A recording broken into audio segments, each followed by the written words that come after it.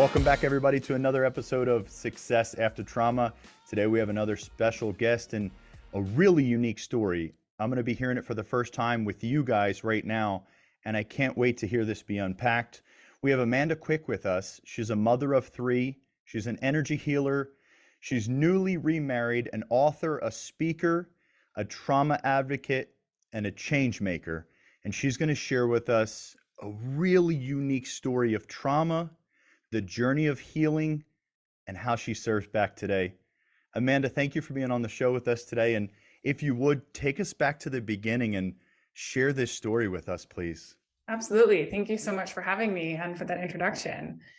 So the beginning of this story is in 2016. In April of 2016, I was a full-time stay-at-home mom. I had three kids. They were 1, 4, and 5 at the time. And I hadn't worked basically since my kids were born. I had a little bit of part-time work in the beginning, but I was all in with my kids, as many new moms are. And my husband at the time worked long hours, but he, more than provided for our life. And, we were not as connected as I would have liked, but we had young children. And I thought everything was good enough and, would get better as the kids got older and we got to connect more. But overall, my life was pretty good as far as I knew. And then one day, my husband doesn't come home. And he worked long hours a lot, and he was not always answering his phones a lot, but that was unlike him. And so eventually, I just gave up and went to bed because I had a nursing child at the time. And I woke up at 2 o'clock in the morning, and he still wasn't home. And then I woke up at 5 o'clock in the morning, and he still wasn't home. And at this point, I'm like, okay, he's late, but he's not ever this late. And I tried calling hospitals. I thought maybe he was dead in a ditch somewhere. My mind was spinning with all sorts of possibilities. And, am I going to be on my own with 3 young children? And what's that going to look like? And all of the fear. And eventually I got the idea to call non-emergency dispatch. And they answered, and it's 5:30 in the morning. My husband doesn't come home. I don't think I can report him missing yet. The TV makes it sound like you got to have 24 hours, but I don't know what to do. And they said, well, let me transfer you over to the jail. And I said, okay. And they said, well, if he's not there, call us back. Okay, I'll call you right back. And they transfer me to the jail, and the jail picks up. And to my great shock, they said, yes, we have him. I said, what? What do you mean you have him? On what charge? How much to go get him? And then they said the charge was attempted human trafficking, and the bond was $250,000. And I about dropped the phone. What? I don't even know what that means. My mind, when I hear human trafficking, went to shipping containers and moving people across borders. And it's like, what? We live in a small Colorado town. Like, that doesn't make any sense. He worked in IT security. We had investments, we had money. Like, I didn't understand. And so I hung up with them and I started Googling. I start trying to get a hold of lawyers at 7, it's 5:30 in the morning. I start calling bail bondsmen. I'm just trying to understand. And to me, I think there must be some mistake. Maybe somebody stole his wallet and somehow is mixed up in this, and he is dead in a ditch somewhere, or there's got to be some other explanation. And all I can think is I got to get him out of there because he doesn't belong in jail and something is wrong. Never once does it cross my mind that this could be legitimate. And so I do what I do best in a crisis, and I've always been good in a crisis. And I just, okay, what's the next step in front of me? And I'm calling people and I'm just trying to figure this out. And, I get a hold of bail bondsmen. They tell me how the process works. Every state is different how their bail and process works. But in Colorado, there's a hearing that's done to kind of confirm the bail amount. And that's going to happen in a couple of days. Things usually get reduced. So kind of hang tight. And eventually a lawyer calls me back, says the same thing, but says he can meet with me that day. And so I'm kind of like, okay, I got a plan. I got to somehow figure out what's going on. We try to go visit him in jail. My mother-in-law and I at the time don't know that you can't just show up at jail and visit somebody, because I've got no idea how any of this works. And so eventually we go to the bond hearing, which happened a couple of days later. And This is the first time we've actually been able to see him, because you can't, and he doesn't actually get to call me until the following day. They wouldn't let him call me. He eventually calls me. I'm in the lawyer's office and I'm like, don't say anything. Don't talk to me. I know where you are. I've watched too much CSI to know they're recording all the things. And so we go to the bond hearing, and we sort of start to get some understanding, but all we know is what the charge is. And then I start to learn there's more defendants. There's 4 or 5 men with the same charge. And they're all like dressed in orange, shackled, feet and hands. I've never seen anything like this. And I could see my husband, in tears and distraught. And, I'm like, my heart is breaking, trying to understand what's even happening. And the lawyer had told us it was pretty likely that he wouldn't be able to come back home for a period of time because of the nature of the charges, that he would not be allowed to be around the kids. And so he was going to try to see what he could do to have any type of like phone contact or something. I've got young kids. I'm kind of freaking out about all of this. And they start to go through the defendants, and most of them get the bond reduced down to $100,000, like everybody said, except with my husband's case, they said, actually, we want to up his charge to regular human trafficking and not just attempted. So we're going to keep it at 250. Like, what? How is this going to get worse? This is nuts. And, we had stock in the company he worked for, and we had some investment money. And so I did have access to the money to bail him out, which I know most people don't. And so I decided I've got to get him out of there. I've got to get him out of there. I've got to help. People have said to me before, why did you spend that money on him? But they don't realize you actually get it back the moment the hearing is over, or they plead guilty or trial, you actually get it back. So you just kind of loan them money in case anybody runs. So it seemed like a perfectly reasonable thing to do, to bail him out. And well, mind you, this is your husband. Yeah, exactly. This is what you do. I think. Exactly. And, I've received a ton of backlash from people for believing in him. But, I would hope anybody would believe in me when I was married to them and something would happen, and at least want to hear my side of the story, at least want to see what's going on. And so I was 100% like, I got to help him. That's what I got to do. I got to figure this out. We got to hire people. Like, something is wrong. And so I bail him out of jail, and what he tells me once we get out and we're away from all the recordings, is he admits to soliciting adult prostitutes. He admits to doing that his entire adult life. And when he said it to me, I was like, how long has this been going on? Oh, since like forever. He's just very flippant about it. And I'm trying to process this information because this is news to me at the time. And I've had 3 kids with the man. We'd been married for 6 years, together for almost 10. Like, what? Huh? And I don't even have an emotional response at the time. My mind is trying to process it, and I can't, it like does not compute with what is going on. So I'm trying to listen. And he basically says that, he had been soliciting adult escorts, and when they offered children in this instance, when he responded to this ad, and when they offered children, he didn't think it was real. He thought they were just scammers. But there was some part of him that thought if it was real, he needed to verify that so that he could report it, because if there were kids in danger, he needed to report it. But he was scared to get in trouble for even interacting with them in the first place and for what he was doing. And so basically that was his explanation for how he got caught up in this situation. And that his intention was to report it if he could validate that it was real, and if otherwise he didn't want to get in trouble. And so I'm kind of like, okay, so we're admitting to cheating on me, we're admitting to adult things, but now you're being arrested because the actual human trafficking charge, and when you're a party to human trafficking, you could be buying or selling or taking possession of children in any capacity. There isn't this clear, it's not just the sellers that are human trafficking, it's anybody taking possession of a minor or a person really without them having a say in it and purchasing them. And that's essentially what was happening. And so I was like, he's in trouble for this huge thing, because a human trafficking charge is an indeterminate to life sentence.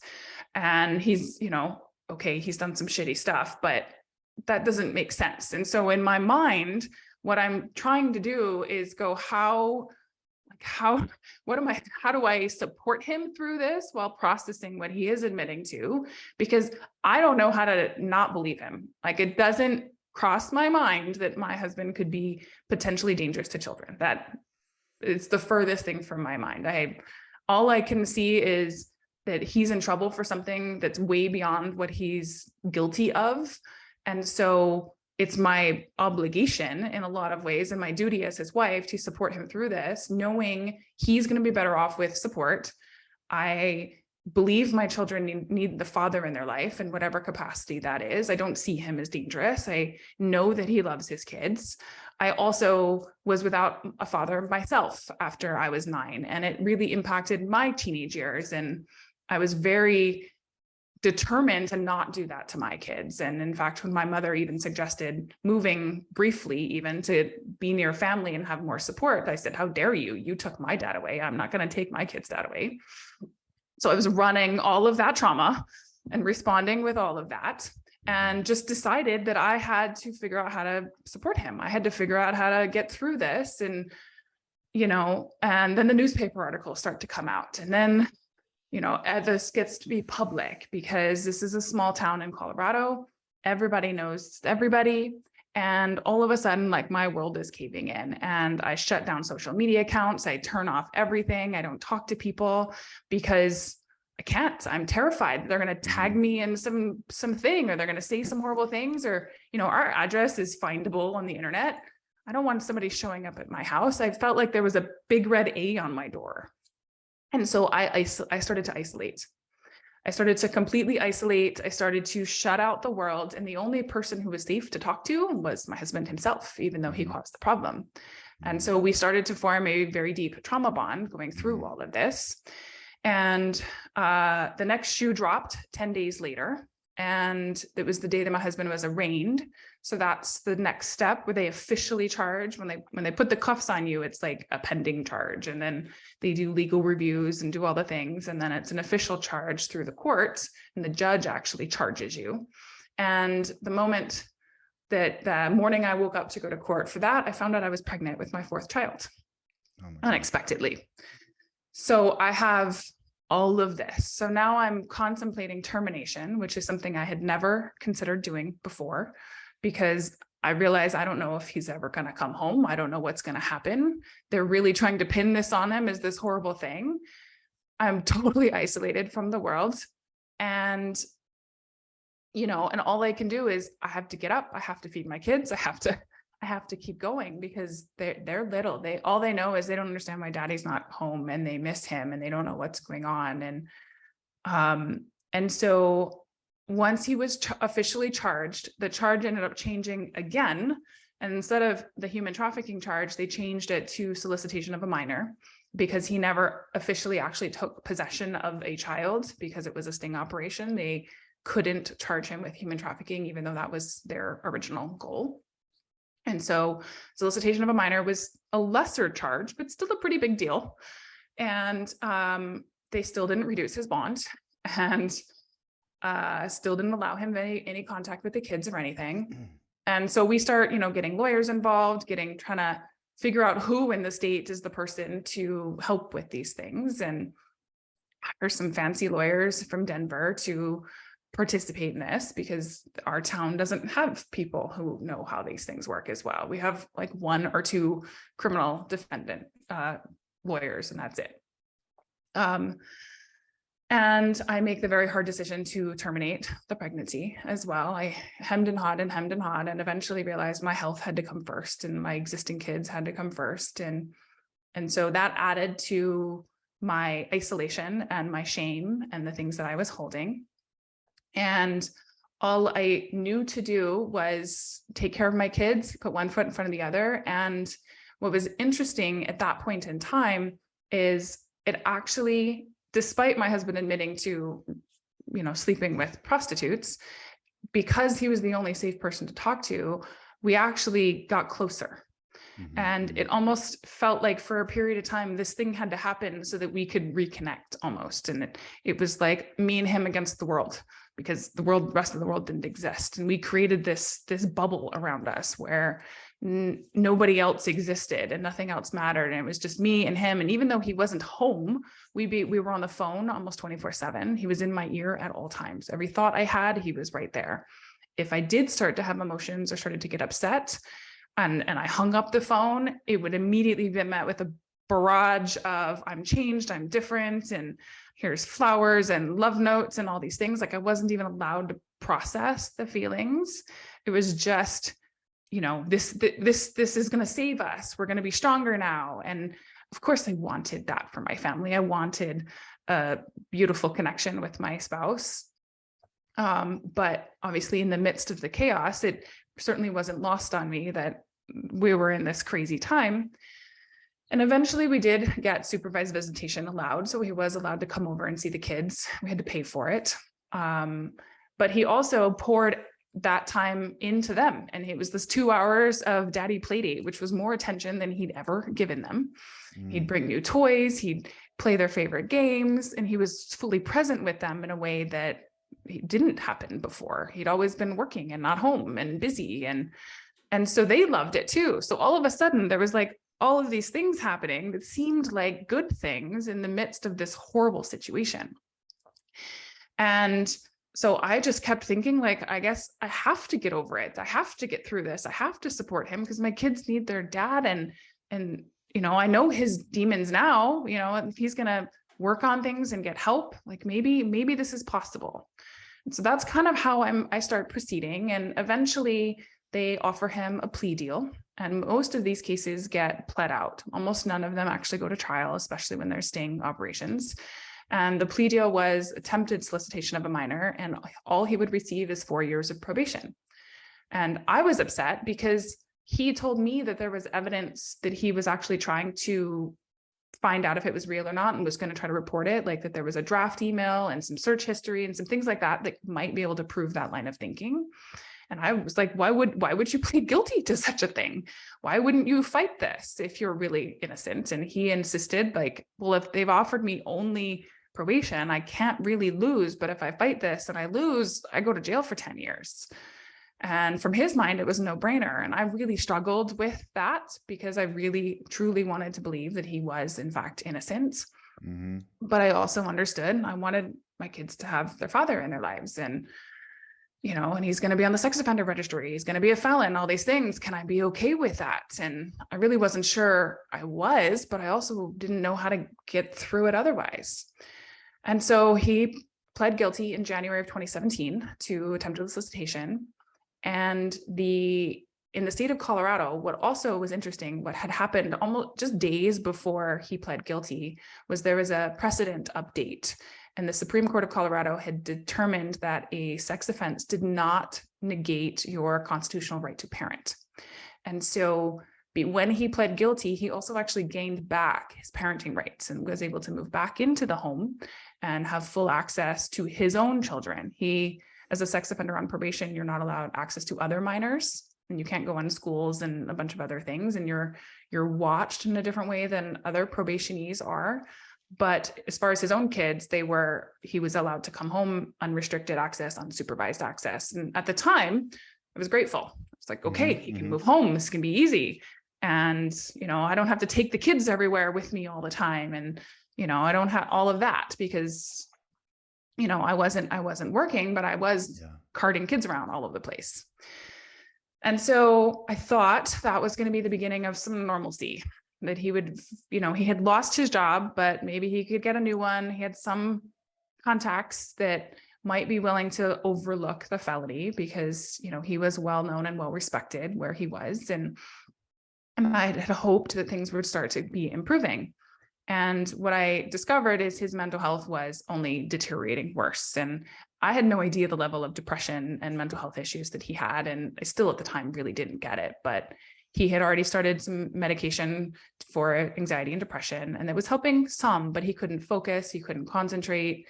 And so the contract gig that he actually had got, he didn't actually ever complete any billable hours. And I realized that I was going to need to go back to work because the employment gap was 6 years. It was only going to get worse. And I couldn't rely on him anymore for our financial stability. And we had some savings, but it wasn't forever money. And I knew that I was going to need to, my life was not going to look like I used to think it was going to look. And so I ended up going back to work. I also worked in the IT field. I made about half what he made when I went back to work, but it was a starting place. And what happened when I went back to work is all of a sudden this bubble that we had created, this me and him against the world, I wanted nobody at work to know that it existed. I wanted nobody at work to know who I was, to know, to put my last name together with what they read in the paper a year ago. I didn't want anybody connecting those dots. And so I didn't talk about him. I didn't say his name. They knew I was married with kids, but I didn't mention anything. And so I created a new bubble with my work people, my work life. And that was a different bubble because I wasn't just a wife and a mom, and I was learning new things and I was helping people. And I really enjoyed being back at work and having a little bit more to my life, but my two bubbles couldn't talk to each other. And I would come home and try to reintegrate in this bubble, but it didn't really work very well. And all of the feelings that I hadn't processed about my husband cheating on me over and over again were starting to come to the surface. And but I didn't know what to do with them because I had just kind of put my family back together. How was I supposed to break that again? And for a little while, I turned to alcohol. I would come home and have half a bottle of wine before I'd even be able to look at my husband because I couldn't deal with it. And after a couple of months of that, I realized that was not a healthy way to process. And if I couldn't look at with my husband without some wine, clearly we had a problem. And I knew I wasn't doing good, but I still didn't know what to do about it. And, the company Christmas party sent me into a full panic attack because you're supposed to bring your spouse. It's like, nope, can't do that. Can't talk about it. I don't even think he's allowed to go. But even if he was, I don't want to. And so it was just all of this stuff was coming up. And to make things even worse, I also found myself attracted to a coworker because that's what happens when we're in these situations, and wanting to explore somebody who didn't have ghosts in the bedroom, because every time my husband wanted to be intimate with me, I felt the presence of all of these other people. And I kept feeling like, oh, that's how you looked at them. That's what you did with them. That's what you wanted with them. Those thoughts just kept repeating in my mind over and over. And I didn't want anything to do with him. And so I was really drawn to kind of keep pulling myself away. And so I decided eventually that there was like a force outside of myself guiding me, and I wasn't going to be able to stop this from happening because my coworker was also interested, and the flirtations had escalated, and I also knew what it was like to be cheated on. And so I didn't want to do that. So I decided it was time to say something. And so I told my husband that I was interested in somebody else. I wasn't doing well, and I wanted to pursue it. And I basically was like, and this isn't working anymore. And I assumed that he would want to move out and break up. And after a bunch of trying to convince me otherwise, he basically said, well, it's okay. We'll keep our family life normal and you just go do what you need to do. I was like, huh? What? Okay. Because I didn't really want to break the kid's family life up either. I didn't really want to split households. That didn't sound like fun. That's normally what people do when you start dating other people. And so I think on some level, he was trying to, well, I did a thing, you can go do your thing, and then we'll figure it out. And so I let weird normal be okay for a little while, even though it was definitely confusing for all parties involved. I'm sure the children as well. But, I wanted to have fun again. I wanted to experience life in a different way again. And, I wanted to be with somebody who didn't bring ghosts into the closet, into the bedroom, and into all of the things. And so I dated my coworker for a little while, and it was a lot of fun. We went camping, we went road trips and all of that, but it was also very weird. I was living at home with my spouse and my children, and I was working with my boyfriend, and nobody talked about any of it. And if I wanted to be away from my husband, I had to leave my kids. And I started to feel like my kids started to, they responded to me differently. I wasn't mom anymore. I was kind of just this person that showed up sometimes, and I didn't feel good. I didn't like it. And, things were confusing with my boyfriend because Nobody knew how to act. Nobody knew I would only really could leave, 1 or 2 times a week, realistically. And it was a lot. And then I find out I'm going to be promoted at work, which is fantastic, but I'm also going to be my boyfriend's boss. Can't do that. So I decide, okay, enough. This was great. This was wonderful. I got to experience something else, but now I need to get my life together. So I break up with him, take the promotion, and my husband immediately thinks, oh, we're going to get back together. You got yours. I was like, no, you don't.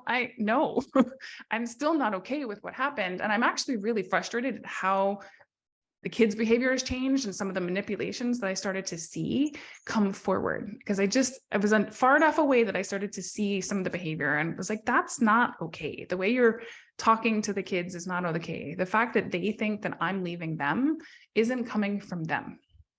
And it was actually my youngest, who was 3 at the time. He said, Mom, are you going to have another baby and leave us?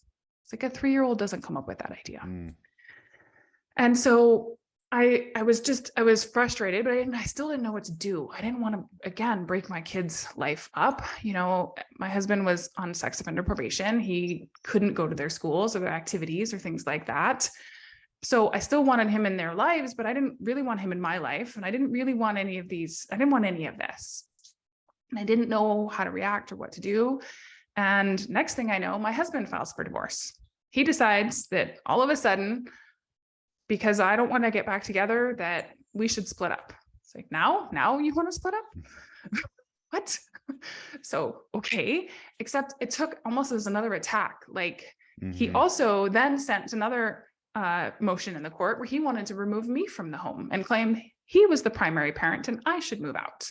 This is a common tactic that people do in divorce hearings, where they try to establish kind of a dominancy with the kids. And I was like, how dare he? After I supported him through all of that, he's now trying to remove me. And he's saying that I've abandoned them because I went back to work. What?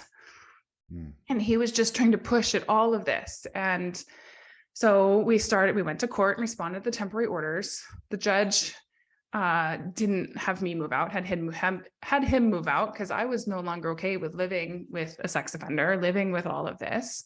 And she told him he had to move.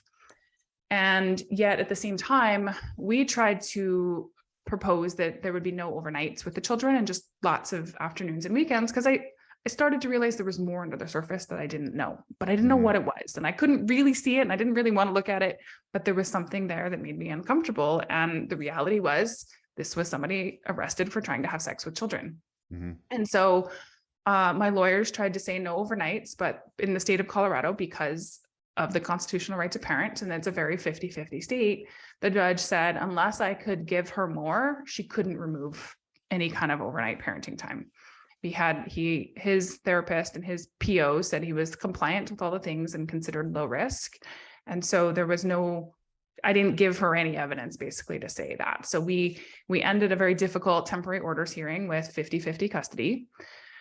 But that wasn't the permanent. That was just the for now, while we go through the rest of the divorce process. And, a lot of people think that the criminal trial is traumatizing. Let me tell you, family court is far more traumatizing than any type of criminal case, because they're not trauma informed at all in any capacity. And so every time I was reliving each experience and having to show why my support in my husband had changed, never mind the fact that that's not how shock and trauma works in people. And I basically had to answer to the support that I had given him before. And so we went to mediation and mediated the money split, which was difficult in itself, but he still really wanted 50-50. And I was like, something that doesn't feel right. And I don't know what else is going on. That doesn't feel right. And so eventually we decided to hire a parental rights evaluator. That, again, is different in all states, but there's usually a way to hire a third party mental health professional to come in and make a recommendation to the court based on all the interviews and evidence. And I was like, okay, somebody else can figure this out, because I don't know how to do this. I don't want my kids to not have a father, and yet this is scary and I don't know what's going on. Yeah. And so we hired a parental rights evaluator, and things between my children and I only got worse. It felt like even though he'd moved out, there was zero boundaries, there was zero listening to me. Like everything was shifting so fast. It was like, these are the kids that I had full time at home, and all of a sudden it's like a war zone I'm living in. And it only is getting worse and worse. And they're telling me the things that he told them about how, I'm mad at daddy and that's why we can't be together. And that basically this is all my fault. Mm. And their behavior is just escalating. And it gets to the point where one of the transitions was so bad, they were physically fighting me to come to my house. Mm. And so the evaluator, basically, it's called the alienation, when one parent turns the kids against the other parent. And so I knew that's what was happening. And yet there was not a lot to do about it other than, love my kids where they were and understand this wasn't them. This was what was coming through them. And she saw it, thankfully. She saw all of it was happening. He actually recorded that incident where they were physically fighting me. And she called out all of his validating and encouraging their behavior, which is what he was doing, because he'd been hyping them up with video games and sugar all day. Of course, they didn't want to come over to my house because I was the parent who set boundaries and limits and tried to teach them things. And so, as things started to escalate and the alienation started to get worse, so did his mental health in other ways. And so as part of the process with the evaluator, we both had full psych evals. And so he was diagnosed with dependent personality disorder and major depression, anxiety. And I was very pleased to hear that I am psychologically normal. So I was going to check those things. Yeah. But I can only imagine. So I can only imagine how refreshing just that was. It really. I can only imagine. You go through it's a whole day long process too. These full psych evals with all kinds of different tests and all kinds of different things. But yeah, especially because some of the fights we'd had, he was calling me the narcissist and he was telling me how selfish I was. And I would go, am I? Am I the problem? Is this, am I really not able to forgive? Is this really about me? Is all those things? And with my mom, it was like, Amanda, it really takes a narcissist to make you feel like one, but no narcissist ever questions whether they really are one or not. It's like, oh, well, okay, fine. That's true. But yes, that was definitely really nice to hear. But so his personality disorder, dependent personality disorder, means that he became dependent on other people to meet his mental and emotional needs. And for a long time, that was me. It was me. I validated him. I supported him. And it was turning into the children. And the children were becoming his emotional crutch, which is why he was telling them all of his feelings and all of his things. And they're children. And so they would hear, daddy's lonely and this is mommy's fault. And that would turn around into causing this alienation. And part of me is still to this day not even sure he knew what he was doing was so damaging, and yet he continued to do it. And so, but ultimately the recommendation from her was still a 50-50 split with a whole lot of allowances for his probation, because even when people have mental health issues, ultimately that doesn't mean you can't parent. And so, and the only thing she said was that I would have full decision-making when it came to mental health and school and extracurricular, because I was the one who was going to need to manage those things.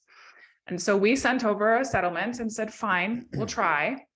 But he couldn't handle that I would have more decision-making over him than any at all, didn't matter, and didn't respond to our settlement request for over a month, just ignored it completely. And then the bottom dropped out again. And so things with my kids are hard, and, but we're working on it. Everybody's in therapy. We're just trying to do what we can. And I start to realize that something is going on with my middle son. He's 6, 7 at the time. And his behavior towards me starts to get weird in a not awesome way. I had gone to a school presentation thing that he had done. He was very excited that I got to take off work and go see his artwork display or whatever it was, and wanted to go home with me. just to have special mommy time, because it was normally a daddy day. And we called and he said, sure. So he was all excited to have a special mommy day and go get ice cream and watch movies. And we sat down to watch a movie, and he climbs in my lap and starts to try to like make out with me. I was like, whoa, what? Stop. No, what is going on? And I started to feel like something really gross was going on and something was wrong with my kid. And the word grooming kept coming into my mind, and I was trying to push it out, trying not to see it. And then a few weeks after that, I was driving them to school, and I remember the day clearly because I was about to give a presentation in front of the whole company at work. And so I was playing the presentation in my head over and over again, not listening to the chatter in the back. And as I pull into the school, my middle son says, sometimes I suck on daddy's fingers. And I go, what? You can't respond. You can't freak him out. You can't do anything. It's okay. Have a great day at school, because you can't shut that down. And I called my lawyers and I was like, that motherfucker. And so the lawyers say it's very, very, you have to be very careful in the middle of a custody fight about making new accusations, because I could be seen as the alienating parent in that case, and that would be very bad for me. And so we met with the kids therapist, and she basically, I told her what had happened. And she says, you need to tell him to show you what that means. And because maybe it's nothing, but you need to ask him to show you. And so I did. I asked him to show me, and it's exactly as bad as you would expect. And so then I called her back, and she said, if he had done that in front of me, I would have to call Child Protective Services as a mandatory reporter. And I said, okay. And with my lawyer said, with her saying that, you can call, it's okay. So I called Child Protective Services and I reported him, and I emailed his probation officer and his therapist and all the people. And then you wait, right? You make that report and nothing, you just wait. And the next day was a hidden pickup day. I didn't hear anything. The next day, the CPS caseworker called me and wanted to interview my son. And I said, great, I'll pick him up from school and we'll meet you. And so he came over to my house and immediately, says hi to my son and says, so your mom told me about that game you played with your dad where you sucked on his fingers. And my child hides under the kitchen table, terrified to talk to this man, doesn't even won't even respond. And I'm sitting here shocked going, that's how you interview a 7-year-old? Like, what? Wow. And I can't do anything about it. And he just says, oh, we don't do that anymore. And that's it. And the guy leaves. He says, okay, we'll go interview dad. I'll let you know. What? Huh? There's a history here. Like, don't you see what's happening? And then they interview him. And because probation had also polygraphed him, that probation with sex offenders, they use polygraph as their primary tool, they just decided to clear him. That's it. No worries. You can have access to the kids again.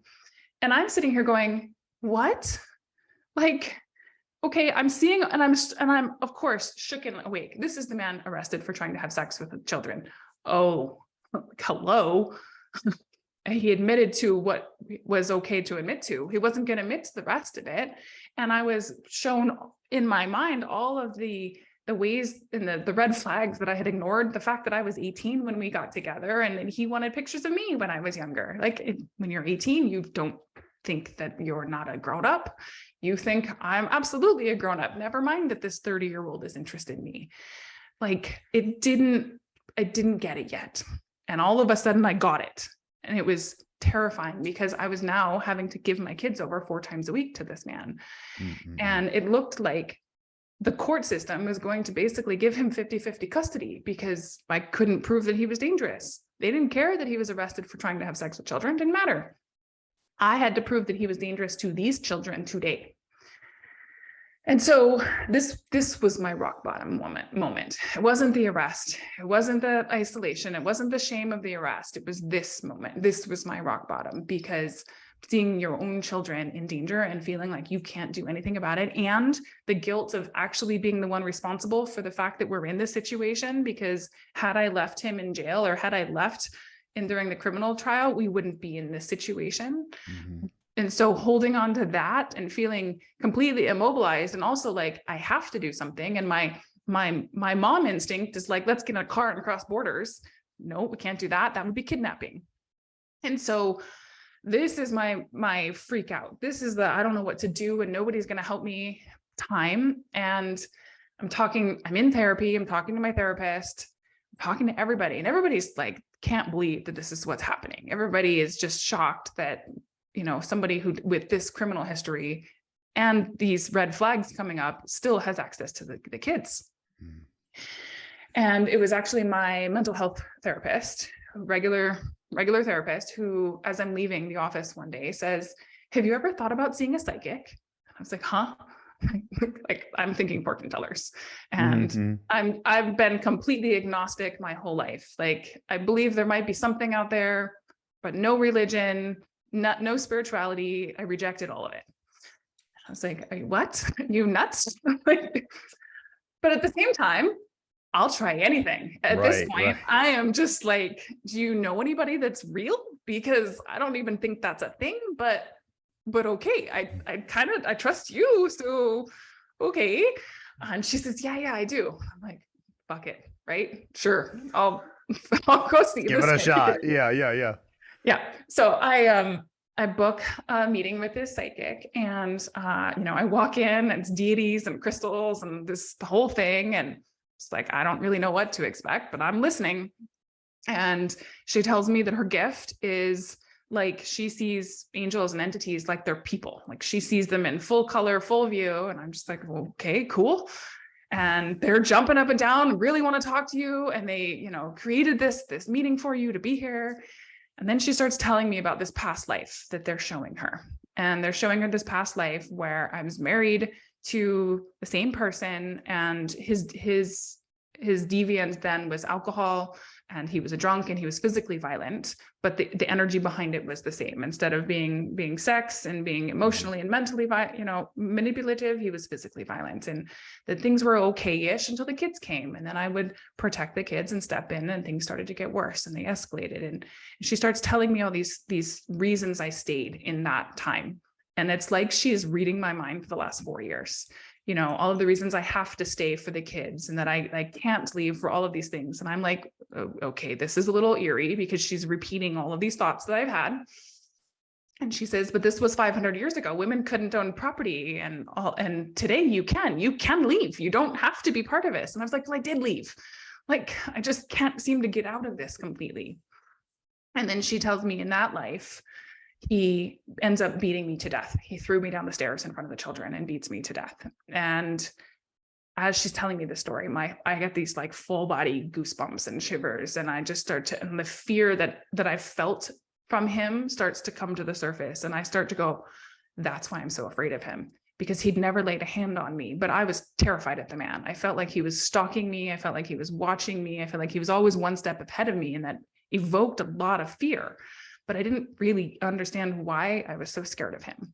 And then I got it. I was like, okay, that's where some of this fear is coming from. And she's like, you have to get a handle on that fear, because this isn't then, this is now, and you need to handle to this moment. And I said, okay, I get it. And she says, the reason you are here, the reason you are sitting in this chair, is that you need to make a choice. It's like, I choose. And she says, no, you have not chosen. And what I finally got, and there's like the aha here, I finally got it, that ultimately I still hadn't actually chosen to be done. I hadn't fully chosen. I was still holding on to hope that he was going to get better, that there was some other explanation, that my family didn't have to be this, that maybe even one day in some alternate universe, we would even get back together and have the family that we wanted. I was still holding on to this possibility, because I didn't want the situation. Mm-hmm. And even though everything in front of me was saying that wasn't safe, and I believed that I was acting from that place, I was still holding on to this thread. Mm-hmm. And she says, you haven't chosen. And I said, okay, you're right. I haven't. And I see it. And I stood up and I said, I'm done. She said, okay, good. Now I can help you. And what she said then was that there's more people who can help you. You need to keep going. You need to keep asking. You can be respectful, but more people want to help you. You just have to keep going. Everybody knows somebody. There's people out there. She believed there was pornography on his computers. If I could get people to look, she had all of these other things. And I left that session with her completely shifted. I had this new energy behind it. It was like, okay, I can do this. I don't know how, doesn't matter. I can do this. And she helped validate for me that he had no interest in getting better, that he was so far gone. He was just digging his hole deeper. And that I couldn't spend any energy trying to help him or save him, because that was his choice. And I had to completely let him go, completely let all of that go, and just focus on getting me and my kids out safe. And so I did that, and I went back to work and started talking to more people. And the HR person at work, she had an uncle who worked for ICE. I didn't know that. She didn't tell anybody. And she says, you know, I've been listening to this. I'm gonna see if he can help. He gets me in touch with Homeland Security, who gets me in touch with the arresting officer who put the cuffs back on him in 2016. They remembered him very clearly. I got a hold of the local police department, who also was a joint operation with Homeland Security and the local police department. Both of those men who were there when the cuffs were on him vowed to help me. I got the case file unsealed from the court because I had never seen it. You know, a lot of people think we get all of the evidence as the family. No, we don't see anything. If it ever goes to trial, they want to have that for trial. And then after it's over, it's all sealed and put away. And so the district attorney agreed to unseal the case file for me. They just have to redact identifying information, and it becomes public record. And so for the first time ever, I got to see the truth of what happened in 2016. I got to see the text transcript between him and the undercover agent, whom he thought was the person offering children. And as somebody who was intimate with him for many years, I got to see very clearly that this is absolutely what he intended to go through with. And this was not the first time. And it just, all of it was hit me. And at the same time, it just invigorated me. Okay, I've got to do this. And we opened up a new evaluator, had another report to come out because things were just getting worse. And he got diagnosed with another personality disorder, passive aggressive personality disorder, which is not one I knew existed, but holy man. And basically things between him were escalating even further. There was like full hostage situations going on between transfer of the children, because if I didn't agree to change this one thing, he wasn't going to give the kids over. Like things were just getting worse and worse and worse. But all I took that as is more data, more evidence. I need more for the court. I need to show how bad this is. So we're going in. And I held my ground, and I held my boundaries, and I documented everything, and I called everybody I could think of, and anybody else could think of, because everybody knows somebody, and we can grow our circle even bigger. And, you know, every thought that popped into my head, I would follow through with it. Most of them didn't amount to anything, but the ones that did were the big evidence ones. And I started listening to my kids. I started recording conversations with them. I started to realize they were just as affected by this. And instead of being frustrated by their behavior, I really needed to hear them. And I really needed to see them. I started reading books about keeping private parts private and body safe, and got more evidence because of their response to that book. I got more evidence for the courts. I learned that my middle son had been moved into a new room away from his brothers, and his dad was coming in the middle of the night and getting into his bed. I got all of that recorded. I got just more and more and more data. And we even tried to file a motion to restrict that didn't work, but it set my intention. And that was a scary moment too, because I thought we had won and then we didn't. But it was, again, I just kept reminding myself, if this isn't the time, we just need more. And it's going to happen, because I'm going to believe that it's going to happen. This is happening for me, for us, for some reason, because I am done. And so 6 weeks after that meeting with the psychic was our final divorce hearing. And so in that 6 week time, my evidence binder was now a 3-inch full stack. And his was like a couple of stapled pieces of paper. And the two parental rights evaluator reports were like a full 1-inch binder. Like we had all of the data and all of the things. And we went to court fully prepared. My lawyer was awesome. And we gave the performance of my life in a lot of ways. And we interviewed everybody. We really showed his probation officer and therapist as completely incompetent. They didn't hold themselves even to their own standards. And they weren't monitoring him because he paid the probation bill. That's all they cared about. And, and the evaluator made the very strong case that somebody with these diagnoses and these disorders and, could easily be grooming, could easily be alienating, could easily be doing all of these things. And that's exactly what he was doing. And the answer was always yes, yes, yes. And all of the things that wasn't in that report or that couldn't come through came through me. And I repeatedly showed the judge, what my son had showed me, what the things were saying and why I was in the state I was and why I had supported him. And now that I had all of this in front of me, why I could not and why I believed they were in danger and all of the things. And so the judge was appalled that he was sleeping with them and ordered him immediately to stop doing that. But she wanted to go through all of the evidence before she made her final report. And a few days after that was the day before my 33rd birthday, the order came through and the judge immediately removed all overnights and gave him 2 afternoons a week, but gave him 6 weeks to comply with a large set of things because he had done not a single thing the court had asked him to do. And he needed to get a job. He needed to get more evaluations. He needed to get all these things in place. There was like 10 things on the list and he had 6 weeks to do them. And if he did them, then he could have some parenting time as long as that compliance stayed intact. And if he did none of them, he would only have supervised visitation. He did not a single one on the list. And so 6 weeks after that, supervised parenting time became enacted. And that was about a week after that was the last time we had heard from him. And so, the other thing we didn't expect is my divorce was final March 3rd, 2020. And we did not know the pandemic was coming. And the pandemic hit the world as well. And so from a divine timing perspective, they were never quarantined with him. They were with me. And after a certain period of time elapsed, that supervised is now the permanent parenting plan. And, we haven't heard from him since April of 2020. And things are very different now.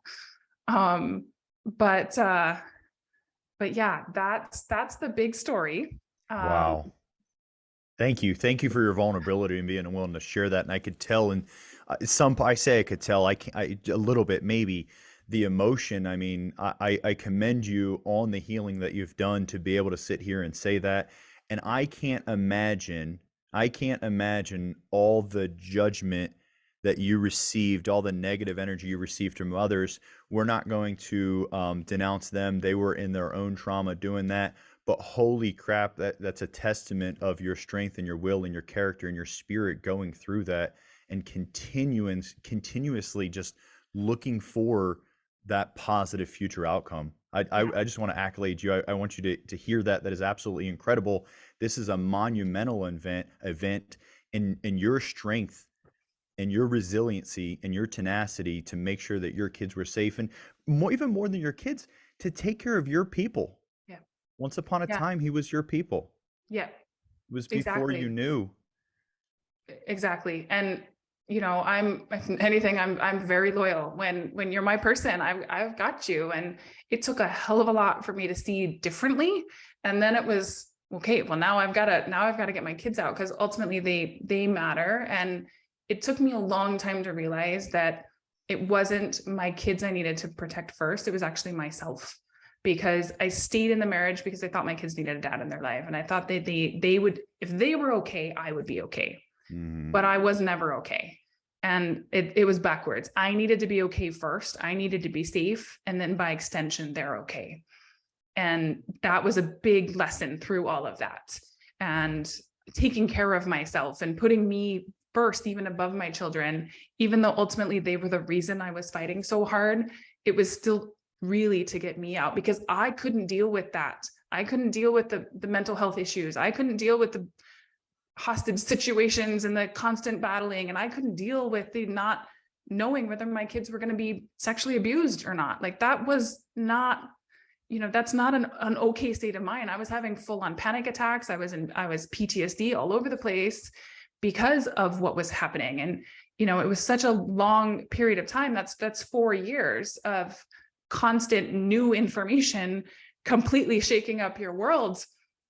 I couldn't live like that anymore. And I needed to do something to get myself out of that situation.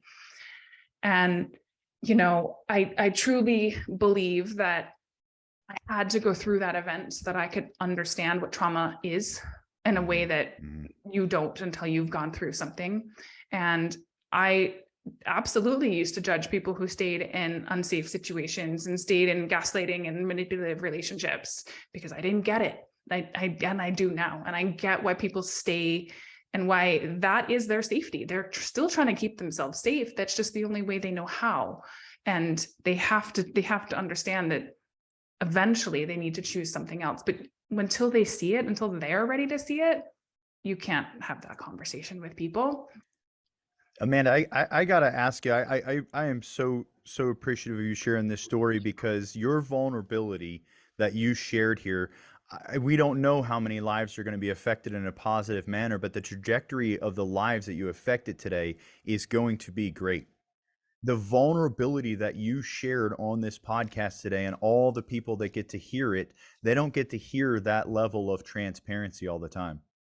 And that I means thank you. it means a lot. I mean, you laid it all out on the table today. And it absolutely is going to have a positive effect on people. I cannot thank you enough.